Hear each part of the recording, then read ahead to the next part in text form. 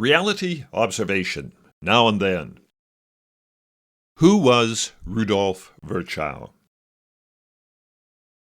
Here is an opportunity to look through a dead man's eyes, and in so doing, see facts that have been buried in fairy tales.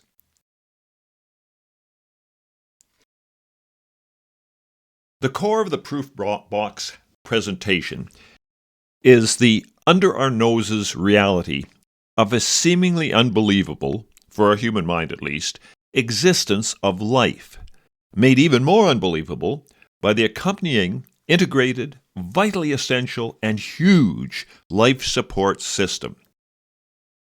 And then, on top of these coordinated mega miracles, we find stunning little specks of high capability and independence, as in ourselves, crowning the project.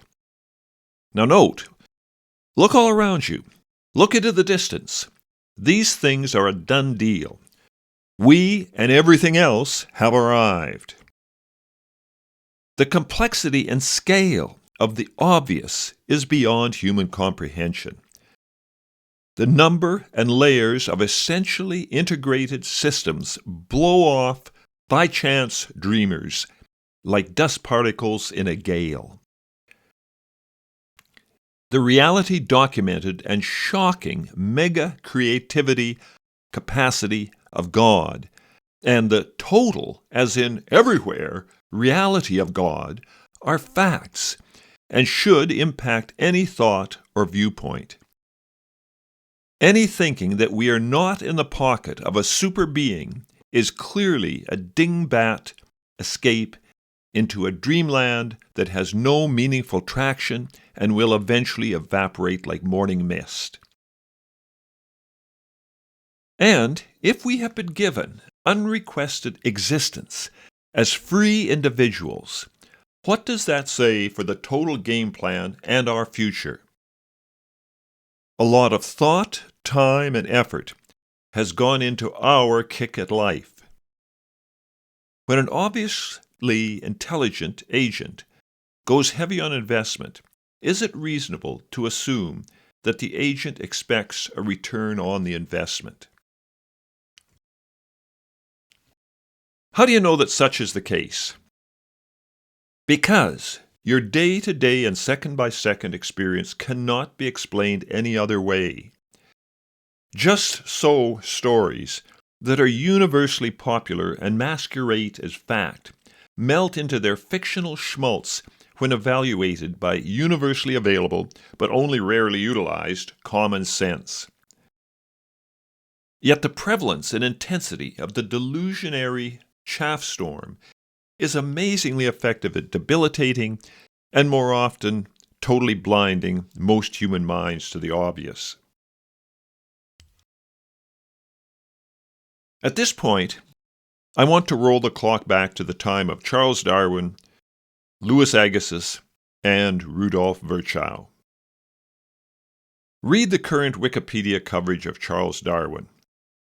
Despite being eclipsed during his lifetime by Agassiz and Virchow, the glowing coverage of Darwin never mentions Agassiz, and that's sort of like George Washington being left out of the history of the founding of the United States.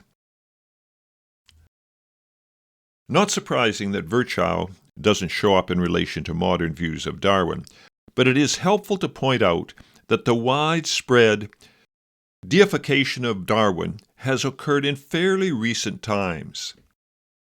But let's test the waters of the 1850s and get a feel of viewpoints at that time when the evolution roll was beginning.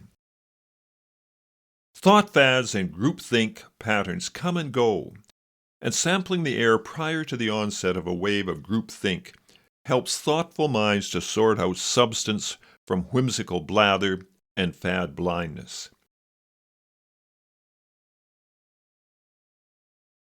Rudolf Virchow was an influential man in the 1850s, and his practical and proven achievements are still yielding returns to current humanity.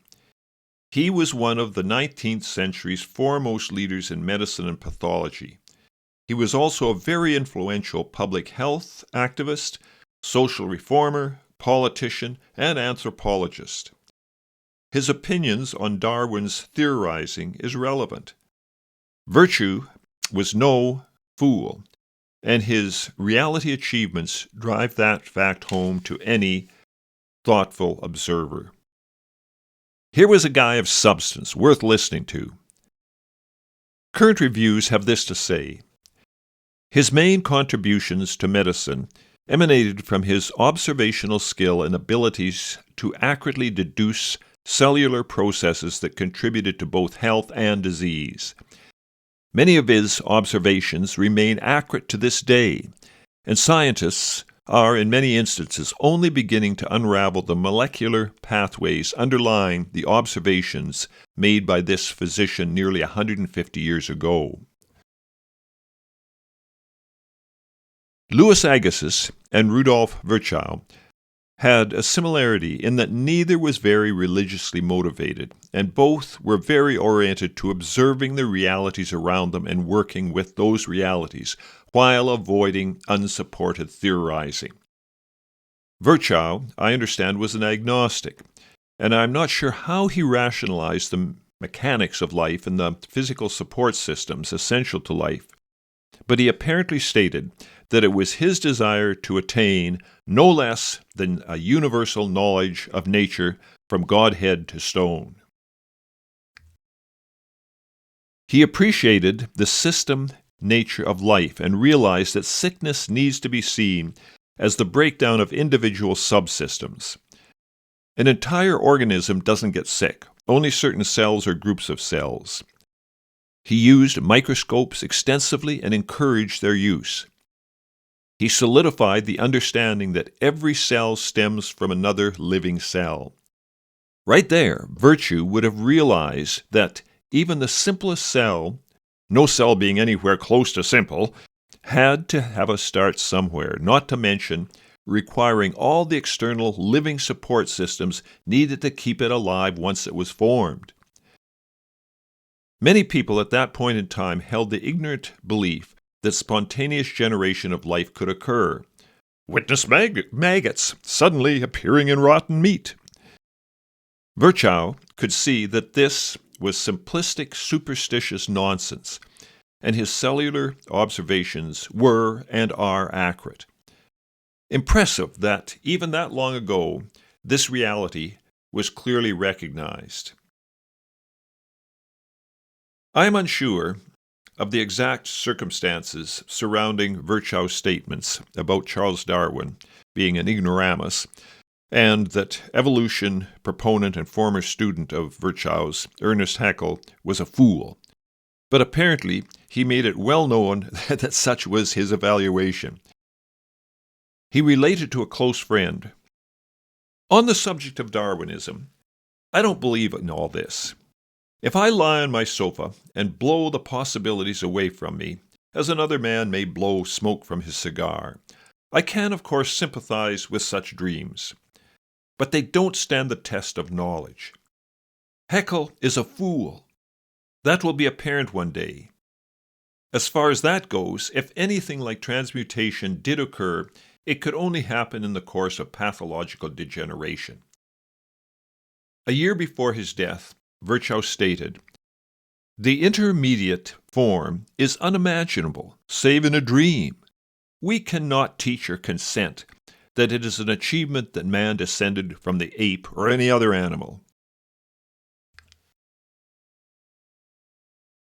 Reading about the interactions of knowledgeable men during this time that the evolutionary mindset was developing is a wonderful exercise.